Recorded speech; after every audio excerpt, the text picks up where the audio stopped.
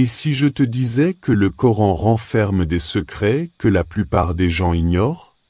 Oui, des vérités fascinantes, parfois scientifiques, parfois spirituelles, révélées il y a plus de 1400 ans, et que l'humanité ne découvre que récemment, grâce à la science moderne. Aujourd'hui, je vais te révéler cette chose cachée et surprenante dans le Coran que tu ne savais probablement pas. Des phénomènes de l'univers au secret de la vie, chaque révélation est plus étonnante que la précédente. Et crois-moi, la numéro 7 va vraiment te marquer, car elle touche à l'un des mystères les plus profonds et les plus invisibles de notre planète, et même de notre existence. Alors reste avec moi jusqu'au bout, car ce voyage va changer ta façon de voir le monde, la science, et même ta propre vie. Et avant de commencer, si tu veux ne rien manquer de ces révélations fascinantes, abonne-toi à la chaîne et active la cloche, pour que chaque nouvelle découverte arrive directement chez toi. Prêt? Commençons. Première chose. Le secret du développement de l'embryon. Depuis des siècles, les hommes se posent cette question. Comment l'être humain se forme-t-il dans le ventre de sa mère? Aujourd'hui, la science moderne a percé ce mystère grâce au microscope et aux technologies médicales. Mais ce qui est fascinant, c'est que le Coran, révélé il y a plus de 1400 ans, a déjà décrit ce processus avec une précision étonnante. Dans la sourate Al-Mu'minun 23, 12-14, Allah dit: Nous avons certes créé l'homme d'un extrait d'argile. Puis nous en fîmes une goutte de sperme dans un reposoir solide. Ensuite, de la goutte de sperme, nous créâmes une adhérence, et de l'adhérence nous créâmes un embryon. Puis de cet embryon nous créâmes des os, et nous revêtîmes les os de chair. Ensuite nous le fîmes apparaître sous une autre création.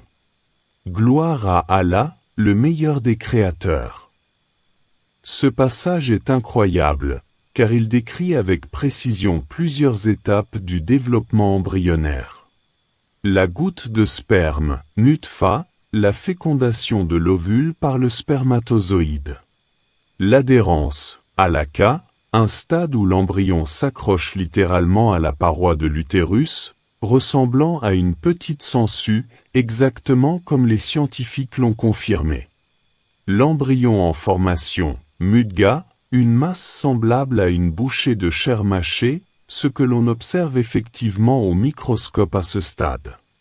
Les os, puis la chair, l'ordre est frappant, d'abord les structures osseuses se forment, puis elles sont recouvertes de muscles et de chair. Une nouvelle création, la transformation progressive en un être humain doté d'une âme et d'une identité propre. Ce n'est qu'au XXe siècle que l'embryologie moderne a confirmé ces étapes. Des chercheurs comme le professeur Case L. Moore, spécialiste en anatomie, ont étudié ces versets et reconnu leur justesse par rapport aux connaissances actuelles. À l'époque de la révélation, il n'existait ni microscope, ni échographie. Comment un homme du désert, illettré, aurait-il pu décrire avec autant de détails un processus invisible à l'œil nu? Ces versets ne sont pas seulement une description scientifique. Ils nous rappellent aussi notre origine humble, notre fragilité, et la grandeur du Créateur. Allah nous montre ainsi qu'il est le meilleur des créateurs, capable de transformer une simple goutte insignifiante en un être complexe, doté d'intelligence et de cœur. Et cela nous pousse à l'humilité, mais aussi à la gratitude. Chacun de nous est un miracle vivant. Mais ce n'est que le début. Car dans le Coran, on ne trouve pas seulement des détails sur la création vrire. Qu'au XXe siècle grâce à la cosmologie moderne? Dans la sourate Al-Dariyat, 51, 47, Allah dit: Et le ciel, nous l'avons construit par notre puissance, et nous l'étendons constamment. Prenons un moment pour réfléchir à ces mots, nous l'étendons. À l'époque, Les gens connaissaient le ciel comme une simple voûte au-dessus de leur tête, statique et immuable. Le concept d'un univers en expansion, avec des galaxies s'éloignant les unes des autres, n'était même pas imaginé. Pourtant, le Coran parle de cette expansion il y a plus de 14 siècles. Comment les scientifiques ont-ils découvert ce phénomène ? Au début du XXe siècle, Edwin Hubble, un astronome américain, a observé que toutes les galaxies s'éloignent les unes des autres. Il a mesuré leur vitesse à partir du décalage vers le rouge de leur lumière et a conclu que l'univers est en expansion. Cette découverte fondamentale a donné naissance à la théorie du Big Bang. L'univers a commencé à partir d'un point extrêmement dense et chaud, et depuis, il se dilate continuellement. Le mot arabe utilisé dans le verset, nous l'étendons, musuna, est particulièrement frappant. Il exprime un mouvement continu et actif, une expansion permanente, exactement ce que la science moderne a découvert. Ce n'est pas une simple métaphore, c'est une description précise d'un processus cosmique invisible à l'œil humain. Imaginez un instant les habitants de la Mecque du 7e siècle, observant les étoiles scintiller dans le ciel nocturne. Ils ne possédaient pas de télescope ni de satellite pour mesurer la vitesse des galaxies. Et pourtant, le Coran leur parle d'un univers en expansion, bien avant que l'observation scientifique ne le confirme. Cela montre non seulement la profondeur de ce texte sacré, mais aussi son lien avec la vérité universelle, accessible à l'humanité seulement des siècles plus tard. Mais qu'est-ce que cela signifie pour nous aujourd'hui ? L'expansion de l'univers nous rappelle que l'univers est en constante évolution, que rien n'est statique. Tout, depuis les étoiles jusqu'aux galaxies, est soumis à un mouvement, à une transformation perpétuelle.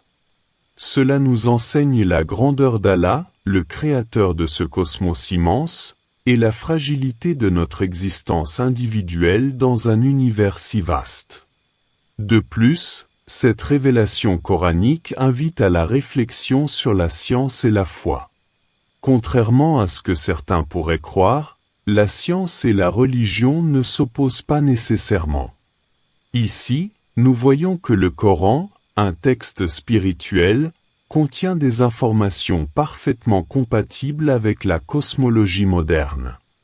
Cela encourage une approche intellectuelle et spirituelle où la science peut enrichir notre compréhension de la création divine et où la foi peut inspirer l'exploration du cosmos. Les astronomes contemporains ont découvert que l'univers ne se limite pas à notre galaxie. Il est composé de centaines de milliards de galaxies, chacune contenant des milliards d'étoiles, et toutes ces galaxies s'éloignent les unes des autres à une vitesse impressionnante. Ce mouvement correspond exactement à l'idée de « expansion » décrite dans le verset. La précision de cette description, révélée il y a 1400 ans, dépasse ce que les observateurs humains pouvaient connaître à l'époque. Le verset ne se limite pas à une information scientifique. Il transmet également une leçon philosophique. Tout comme l'univers s'étend et évolue, notre compréhension de la création, de Dieu et de la vie ne cesse de croître. Nous sommes invités à observer le ciel, à réfléchir sur les merveilles de la création, et à reconnaître la puissance infinie du Créateur. Enfin, il est intéressant de noter que d'autres versets coraniques font allusion à la grandeur de l'univers et à ses lois. Par exemple, la rotation des planètes, l'alternance du jour et de la nuit, et l'ordre parfait des cieux sont autant de signes destinés à éveiller notre conscience. L'expansion de l'univers s'inscrit donc dans une perspective plus large.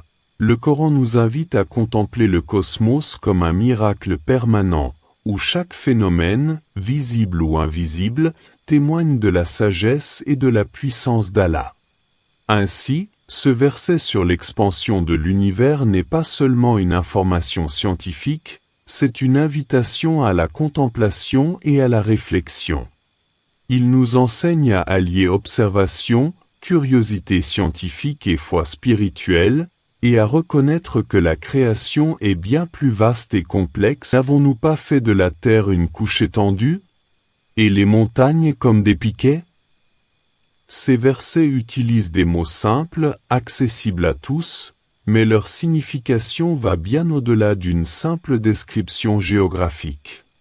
La métaphore des montagnes comme des piquets est particulièrement intéressante, car elle reflète une compréhension de la stabilité terrestre que la science moderne n'a pleinement découverte que des millénaires plus tard. À première vue, les montagnes sont de simples structures majestueuses, fixées à la surface de la Terre. Mais la géologie moderne nous révèle un phénomène beaucoup plus complexe, la tectonique des plaques. La croûte terrestre n'est pas une surface solide et immuable. Elle est composée de plaques qui flottent sur le manteau terrestre, une couche semi-fluide en profondeur. Ces plaques sont en constant mouvement, provoquant séismes, volcans et formation des montagnes. Ce qui est fascinant, c'est que les montagnes jouent un rôle crucial dans la stabilité de la croûte terrestre. Les géologues parlent de ce que l'on appelle le root des montagnes, la partie immergée, profondément enracinée dans le manteau, qui agit comme un contrepoids, stabilisant la croûte autour d'elle. En ce sens, les montagnes agissent littéralement comme des piquets qui empêchent la croûte de se déformer excessivement, un concept que la sourate An-Naba illustre avec simplicité et précision. Imaginez la vision des habitants de la péninsule arabique au 7e siècle, ils observaient des montagnes imposantes s'élevant au-dessus du désert. Ils ne disposaient pas d'outils scientifiques pour mesurer les forces tectoniques ou comprendre la dynamique interne de la Terre. Pourtant, le Coran utilise le mot « piquet », suggérant que ces montagnes ne sont pas de simples roches éparses mais jouent un rôle structurel dans le maintien de la stabilité terrestre. Les montagnes sont aussi essentielles pour d'autres aspects de la vie sur Terre. Elles influencent le climat, dirigent le flux des rivières, fournissent des sols fertiles par l'érosion et abritent une biodiversité unique. La métaphore des piquets pourrait donc également être comprise comme un rappel de la manière dont Allah a créé un équilibre parfait, où chaque élément de la nature remplit une fonction précise. Sur le plan scientifique, les montagnes témoignent également de la puissance des forces naturelles. Elles se forment par la collision des plaques tectoniques, un processus qui peut prendre des millions d'années. L'Himalaya, par exemple, continue de s'élever à mesure que les plaques indiennes et eurasiennes entrent en collision. Ce mouvement est mesurable, et les scientifiques contemporains ont pu confirmer que la croûte terrestre n'est jamais statique, mais que les montagnes agissent effectivement comme des stabilisateurs naturels, exactement comme le Coran le décrit. La métaphore coranique ne se limite pas à la science physique. Elle contient également une dimension philosophique et spirituelle. Les montagnes, en tant que structures stables et immuables, symbolisent la permanence et la constance de la création divine. Elles nous rappellent que, malgré les changements et les turbulences dans nos vies, il existe un ordre et une stabilité dans l'univers que nous devons reconnaître et respecter. En contemplant les montagnes, nous pouvons ressentir la grandeur d'Allah et l'ingéniosité de sa création. Les roches massives, enracinées profondément, nous enseignent l'humilité et la patience, car ces formations géologiques se construisent sur des millions d'années, bien au-delà de notre perception humaine. Chaque montagne devient ainsi un témoignage silencieux de la puissance et de la sagesse divine, agissant comme un symbole d'ancrage et de protection pour toute vie sur Terre. Les scientifiques contemporains trouvent également des parallèles étonnants entre la métaphore coranique et leurs observations. L'idée que les montagnes ont un rôle stabilisateur, n'était pas comprise avant que la tectonique des plaques ne devienne une discipline scientifique dans les années 1960.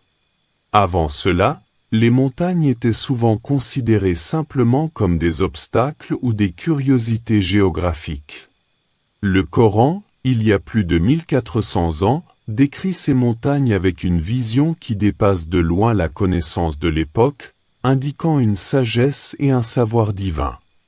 Ainsi, ce verset de An-Naba nous invite à la réflexion à plusieurs niveaux, scientifique, spirituel et philosophique. Il illustre la précision du langage coranique et la profondeur des enseignements qui se cachent derrière des mots apparemment simples. En décrivant les montagnes comme des piquets, le Coran nous enseigne à contempler le monde avec attention, à chercher les signes de la création divine et à apprécier l'harmonie de l'univers. En conclusion, la métaphore des montagnes comme des piquets n'est pas qu'une simple image poétique. Elle nous révèle des vérités scientifiques sur la structure de la Terre, souligne l'équilibre et la stabilité de la création divine, et inspire une réflexion spirituelle sur la permanence et la sagesse d'Allah. Alors que nous continuons à explorer les merveilles du Coran, nous découvrons que chaque verset, chaque image, contient des couches de signification qui relient la science, la philosophie et la foi, nous guidant vers une compréhension plus profonde de l'univers et de notre place en son sein. Quatrième chose, l'eau comme source de toute vie. Après avoir exploré les montagnes comme des piquets stabilisant la terre, tournons notre regard vers un élément fondamental de la création divine, l'eau. Dans la sourate Al-Anbiya, 21h30, Allah dit : N'ont-ils pas vu que les cieux et la terre formaient une masse compacte ? Nous les avons ensuite séparés et avons fait de l'eau toute chose vivante. Ce verset illustre clairement l'importance cruciale de l'eau comme source de toute vie. La formulation est à la fois simple et profonde. Toute créature vivante dépend de l'eau pour exister, et cette vérité scientifique est confirmée par les découvertes modernes. Aujourd'hui, nous savons que la Terre est majoritairement recouverte d'eau. Environ 70% de sa surface est composée d'océans, de mers, de lacs et de rivières. Mais ce n'est pas seulement notre planète qui est liée à l'eau, le corps humain est lui-même constitué d'environ 70% d'eau. Chaque cellule, chaque organe, chaque processus biologique dépend de ce liquide vital. Sans eau, la vie telle que nous la connaissons serait impossible. Les scientifiques contemporains expliquent que l'eau est indispensable pour de nombreuses réactions chimiques qui permettent aux cellules de fonctionner. Elle agit comme un solvant, transporte les nutriments et les déchets, régule la température corporelle et soutient toutes les fonctions vitales. Ainsi, lorsqu'Allah déclare que de l'eau a été faite toute chose vivante, cette affirmation s'aligne parfaitement avec ce que la science a découvert des millénaires plus tard. L'eau est également le point de départ de tous les écosystèmes. Des plus petits micro-organismes aux plus grandes créatures marines, toutes les formes de vie nécessitent de l'eau pour survivre. Même la croissance des plantes dépend de l'eau, qui transporte les minéraux du sol et permet la photosynthèse, un processus vital qui produit l'oxygène que nous respirons. En ce sens, l'eau n'est pas seulement un composant de la vie, elle est littéralement la condition de son existence. Mais le Coran ne parle pas uniquement de l'eau en termes scientifiques, il souligne aussi sa dimension spirituelle et symbolique. Dans l'islam, l'eau est étroitement liée à la purification. Le wudu, al-wu, l'ablution rituelle avant la prière, est un exemple de cette symbolique. L'eau purifie non seulement le corps mais aussi l'esprit. Elle devient un moyen de se rapprocher d'Allah et de se préparer à la dévotion. De plus, l'eau dans le Coran est souvent associée à la bénédiction et à la vie. Les versets décrivent la pluie qui tombe sur la terre aride et la transforme en un jardin fertile, illustrant comment Allah fait naître la vie à partir de ce qui semblait stérile. Cette transformation symbolise également la capacité de l'eau à renouveler, à restaurer et à inspirer la gratitude envers le Créateur. La mention de l'eau dans Al-Anbiya nous invite donc à deux niveaux, scientifique et spirituel. D'un côté, elle nous encourage à observer et à comprendre l'importance de l'eau pour notre existence physique. De l'autre, elle nous invite à réfléchir à la manière dont Allah utilise l'eau comme symbole de purification, de renouvellement et de vie spirituelle. Un autre aspect fascinant est la précision de cette déclaration dans le contexte du 7e siècle. À cette époque, les connaissances scientifiques sur l'eau et la biologie étaient limitées. Les Arabes de l'époque connaissaient l'importance de l'eau pour la survie, mais ils n'avaient pas conscience des mécanismes complexes qui la rendent indispensable pour toutes les formes de vie. Le Coran, pourtant, affirme de manière concise et exacte que toute chose vivante provient de l'eau, révélant ainsi une sagesse et une connaissance qui dépassent de loin la compréhension humaine de l'époque. En contemplant ce verset, nous pouvons également considérer l'interconnexion entre toutes les formes de vie. L'eau unit les écosystèmes, relie la terre à ses habitants et assure la continuité de la vie. Elle est un symbole de dépendance et de gratitude. Chaque créature sur terre, du plus petit insecte au plus grand mammifère, dépend de cette ressource précieuse que Dieu a créée avec soin. En conclusion, l'eau n'est pas seulement un élément physique, c'est un signe de la puissance, de la sagesse et de la générosité divine. Le Coran, en soulignant que de l'eau a été faite toute chose vivante, nous incite à la fois à l'émerveillement scientifique et à la réflexion spirituelle. Elle nous rappelle que toute vie est précieuse, interdépendante et que notre survie dépend d'un équilibre subtil que Dieu a établi depuis la création. Alors que nous continuons notre exploration des mystères du Coran, souvenons-nous que chaque élément de la nature, qu'il s'agisse de l'univers, des montagnes ou de l'eau, nous transmet un message profond, un message de connaissance, de contemplation et de gratitude envers le Créateur. L'eau est le fil invisible qui relie toute vie, nous incitant à respecter et à protéger cette ressource vitale, tout en reconnaissant la perfection et l'harmonie de la création divine. 5e chose, l'abeille et le miel. Après avoir contemplé l'eau comme source de toute vie, tournons notre attention vers un autre signe fascinant dans le Coran, l'abeille et le miel. Dans la sourate An-Nahl, 16, 68-69, Allah dit « Et ton Seigneur inspira à l'abeille, prends des habitations dans les montagnes, dans les arbres et dans ce que les hommes construisent. Puis mange de toutes sortes de fruits et suis les voies de ton Seigneur, tracées avec facilité. De leur ventre sort une boisson de différentes couleurs, contenant une guérison pour les hommes. Il y a vraiment là un signe pour des gens qui réfléchissent. » Ces versets sont remarquables à plusieurs niveaux. D'abord, ils mentionnent l'abeille, un petit insecte qui a fasciné les scientifiques modernes par son organisation complexe et sa capacité à produire le miel, un aliment aux multiples vertus. Ensuite, le verset souligne le rôle du miel comme source de guérison, bien avant que la science ne confirme ses propriétés médicinales. L'abeille est un exemple impressionnant d'organisation sociale et de coopération. Les ruches sont composées de milliers d'individus, répartis en rôles précis, la reine, les ouvrières et les mâles. Chaque abeille a une fonction spécifique qui contribue à la survie et à l'efficacité de la colonie. Les ouvrières, par exemple, collectent le nectar, fabriquent le miel, nettoient la ruche et s'occupent des larves.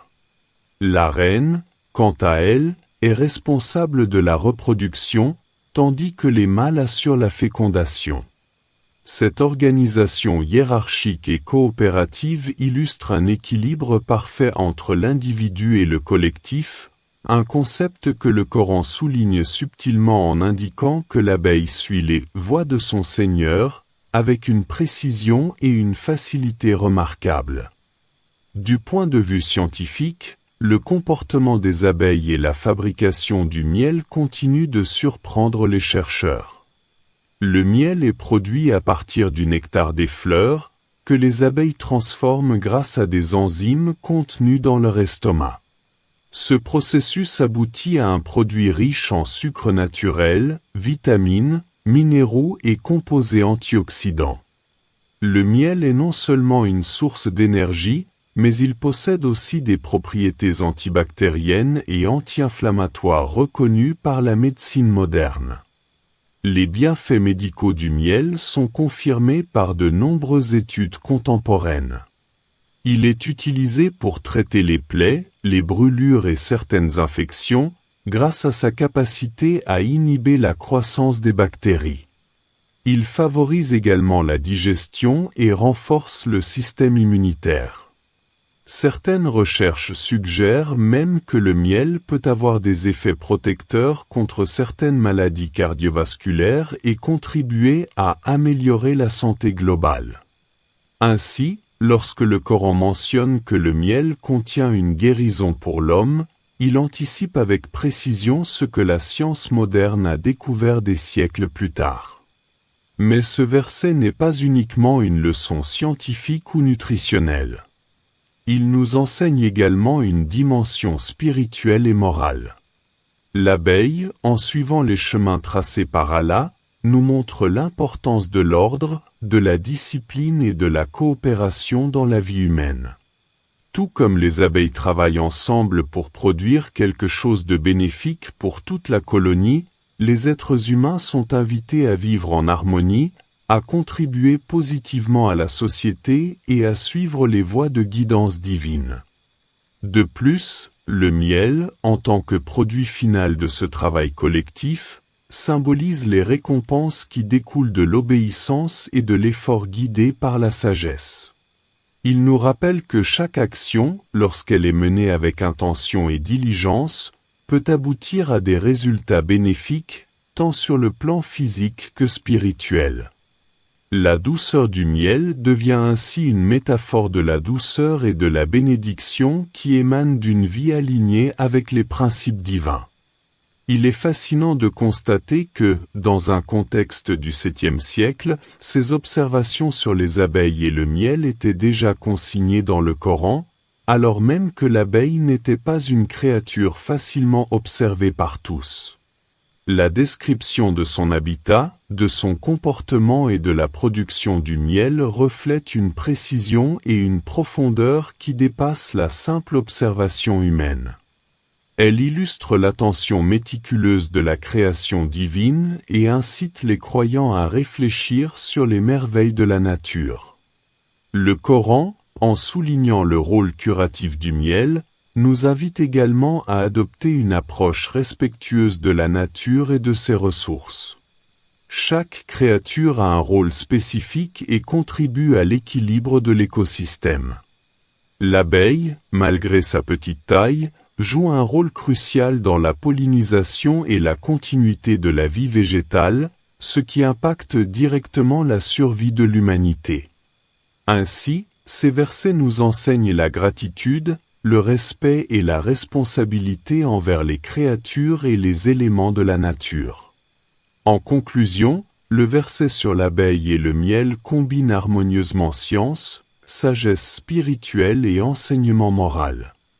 Il illustre la perfection de la création, l'importance du travail collectif et de l'ordre, tout en soulignant le rôle essentiel de la nature dans le bien-être humain. Le miel n'est pas seulement un produit sucré, il est un signe de la providence divine, un remède naturel et une leçon de discipline et de coopération. Alors que nous poursuivons notre exploration des merveilles du Coran, souvenons-nous que même dans les plus petites créatures, il existe des signes qui révèlent la grandeur, la sagesse et la générosité de Dieu. L'abeille et le miel nous rappellent que chaque détail de la création a une signification et un but, nous invitant à contempler, apprendre et agir avec gratitude et conscience. Sixième chose, le fer descendu du ciel. Après avoir exploré les merveilles de l'abeille et du miel, penchons-nous maintenant sur un autre signe fascinant mentionné dans le Coran, le fer.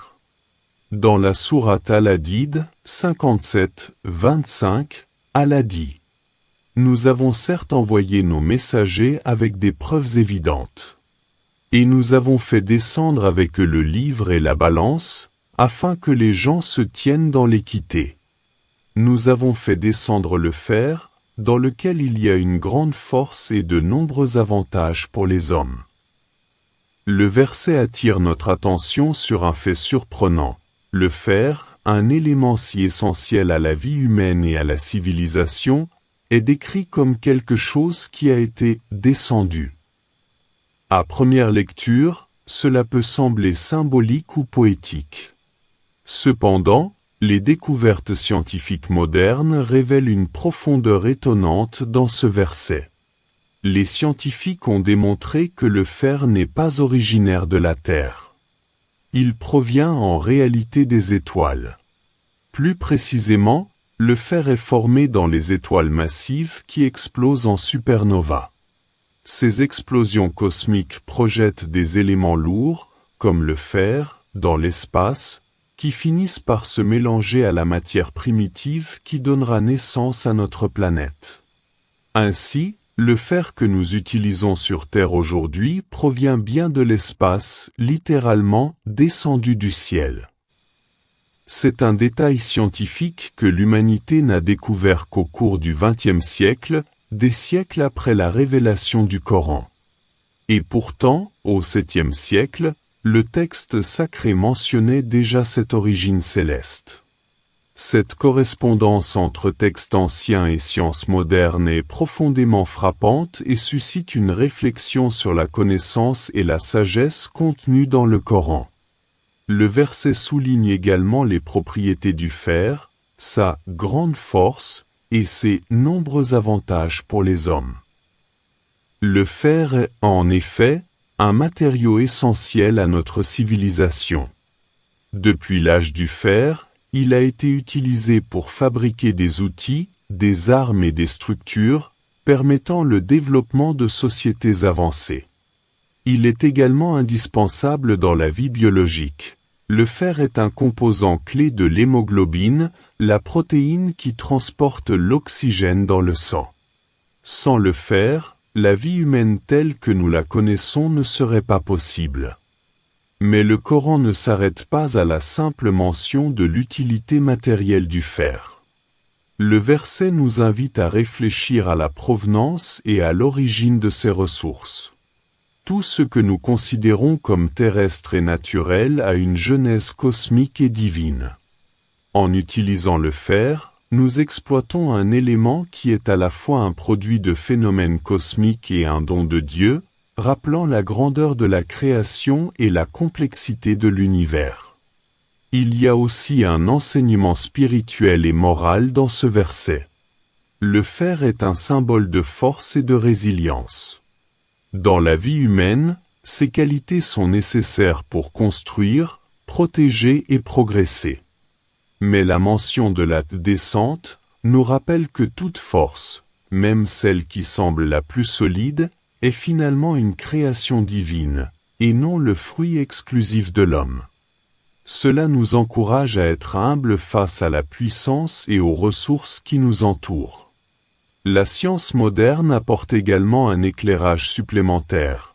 Le fer possède des isotopes et des propriétés qui le rendent essentiel non seulement pour la construction et la technologie, mais aussi pour la chimie et la physique de la planète.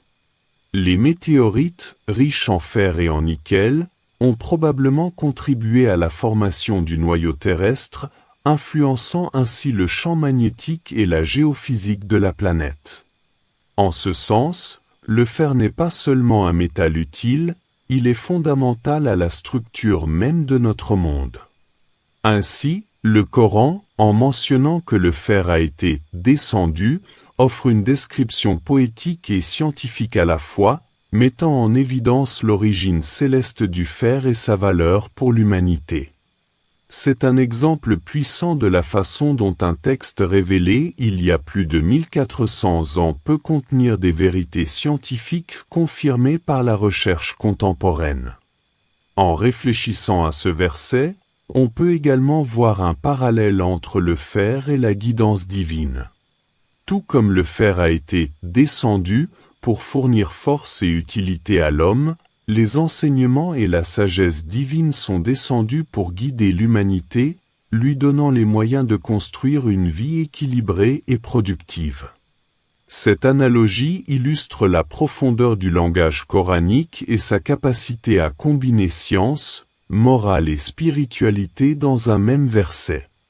En conclusion, le fer n'est pas qu'un simple métal ou une ressource terrestre. Il est un témoignage de la complexité de l'univers, de la puissance de la création divine et de l'ingéniosité inhérente à la nature. Le Coran, en mentionnant sa descente et ses avantages, nous incite à réfléchir non seulement sur les propriétés physiques du fer, mais aussi sur la manière dont nous utilisons et apprécions les dons de Dieu dans notre vie quotidienne. Alors que nous poursuivons notre exploration des signes de la création divine, souvenons-nous que même les éléments les plus communs autour de nous, le fer, l'eau, le miel, portent des messages de connaissance, de sagesse et d'émerveillement, nous invitant à contempler et à apprécier la magnificence de l'univers. Septième chose, le secret des profondeurs marines.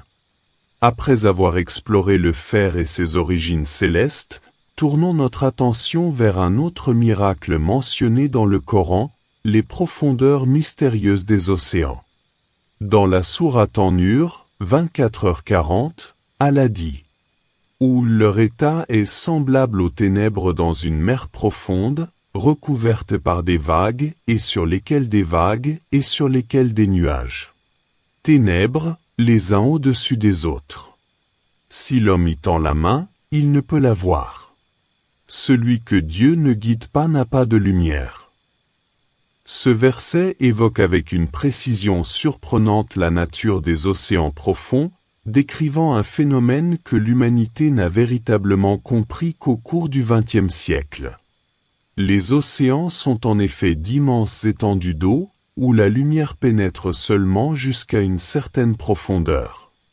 Au-delà de cette zone appelée zone euphotique, la lumière devient extrêmement faible. Astérisque plus on descend, plus l'obscurité devient totale, jusqu'à l'aphotique, les couches où la lumière solaire n'atteint jamais, plongées dans une obscurité totale. Le Coran décrit ces ténèbres superposées, comparables à des vagues recouvertes par d'autres vagues et encore par des nuages, créant un effet cumulatif de profondeur et d'opacité. Cela est remarquablement cohérent avec ce que la science moderne découvre dans les océans profonds. L'eau, en elle-même, absorbe la lumière, et les vagues à la surface ainsi que la turbidité ajoutent à l'obscurité. Le verset souligne que, dans de telles conditions, si l'homme tend la main, il ne peut rien voir, illustrant parfaitement l'expérience physique de la plongée dans les abysses marins. Cette description précise, faite il y a plus de 1400 ans, est fascinante car à l'époque, personne n'avait la technologie nécessaire pour explorer les océans profonds ou pour comprendre les lois de la lumière sous l'eau. Pourtant, le Coran fait allusion à un phénomène physique réel et complexe, qui a été confirmé par les observations et les mesures scientifiques modernes. Mais ce verset va au-delà de la simple description scientifique. Il utilise la métaphore des ténèbres marines pour illustrer un aspect spirituel profond. La vie, comme les océans, peut parfois nous plonger dans l'obscurité, nous confrontant à des situations difficiles, à l'incertitude et à l'ignorance. Dans ces moments, la guidance divine agit comme une lumière dans les ténèbres, permettant à l'homme de trouver son chemin même lorsque tout semble obscur et insurmontable. Le Coran compare ainsi la lumière spirituelle à la lumière qui nous fait défaut dans les abysses marins, montrant que sans cette guidance, l'homme est perdu dans l'obscurité. De plus, le verset illustre une dimension de superposition, vague sur vague, obscurité sur obscurité, nuage sur l'obscurité. Cette superposition peut être vue comme une métaphore des difficultés de la vie, qui s'accumulent parfois, rendant la navigation complexe et difficile. Mais à chaque couche, la lumière divine peut percer si l'on cherche la guidance. Scientifiquement, l'étude des abysses marins révèle également des formes de vie adaptées à ces conditions extrêmes. Poissons bioluminescents, méduses et créatures des grandes profondeurs capables de produire leur propre lumière. De manière symbolique, cela peut être interprété comme une illustration de la manière dont la guidance divine peut émerger même dans les conditions les plus sombres, apportant illumination et espoir là où tout semble perdu. Le verset de An-Nur attire aussi l'attention sur le rôle de la connaissance et de la science dans la compréhension de la création divine. Les ténèbres marines n'étaient pas accessibles au regard humain à l'époque, mais aujourd'hui, grâce à la technologie et à l'exploration scientifique, nous commençons à en comprendre la complexité et la beauté. Cela renforce la dimension miraculeuse du Coran, qui avait déjà indiqué ce phénomène bien avant que l'homme puisse le confirmer par ses propres moyens. Il y a une autre leçon profonde à tirer, la reconnaissance de la puissance et de la grandeur de la création. Les océans recouvrent plus de 70% de la surface de la Terre, et les profondeurs abyssales représentent un monde presque totalement inconnu et mystérieux pour l'humanité. Le Coran, en évoquant ces ténèbres et leur complexité, nous invite à l'humilité et à la contemplation, à reconnaître que l'univers est vaste et que notre compréhension est limitée. Enfin, le verset nous rappelle que tout, même les endroits les plus sombres et inaccessibles de notre monde, est sous la connaissance divine. Les océans, avec leur obscurité et leur mystère, symbolisent les aspects cachés de la vie et de l'existence. La guidance divine, comme un phare dans la nuit, nous aide à naviguer dans ces profondeurs et à trouver le chemin de la lumière et de la vérité. En conclusion, le Coran, en décrivant les ténèbres des océans profonds, nous offre à la fois une vision scientifique, poétique et spirituelle. Il montre que même les phénomènes les plus complexes et invisibles de la nature peuvent être révélés par la parole divine, et que cette révélation contient toujours un message moral et spirituel. Les profondeurs marines ne sont pas seulement un miracle scientifique, mais aussi une leçon sur la lumière dans nos vies, sur l'importance de la guidance et sur la grandeur de l'univers créé par Allah. Ainsi se termine notre exploration du chapitre sur les océans et leurs mystères. Nous avons vu comment un verset du Coran peut être à la fois scientifique, poétique et spirituel, offrant une compréhension profonde de l'univers et de la vie humaine. Voilà, nous avons exploré ensemble cette secret cachée et fascinante dans le Coran. 1. Le secret du développement de l'embryon. 2. L'expansion de l'univers. 3. Les montagnes comme des piquets. 4. L'eau comme source de toute vie. 5. L'abeille et le miel. 6. Le fer descendu du ciel. 7. Et le secret des profondeurs marines.